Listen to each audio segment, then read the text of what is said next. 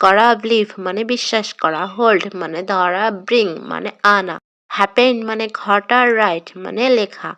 provide মানে সরবরাহ করা, সিট মানে বসা, স্ট্যান্ড মানে দাঁড়ানো, লস মানে হারানো,